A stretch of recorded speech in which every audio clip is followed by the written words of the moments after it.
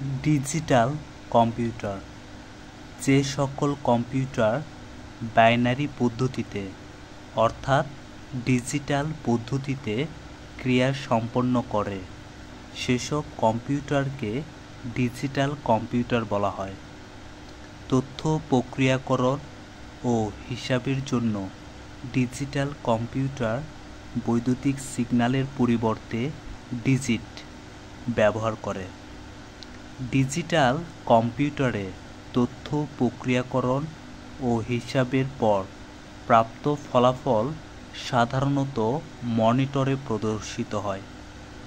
Digital কম্পিউটারের গতি ও কার্যকারিতা অ্যানালগ কম্পিউটারের চেয়ে অনেক বেশি ও ভালো।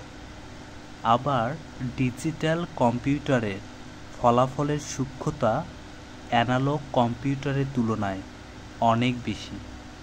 বিশ্বের প্রথম ডিজিটাল কম্পিউটার ABC অর্থাৎ অ্যাটনসফ বেরি কম্পিউটার বর্তমান বাজারে প্রচলিত প্রায় সকল কম্পিউটার ডিজিটাল পদ্ধতির কম্পিউটার।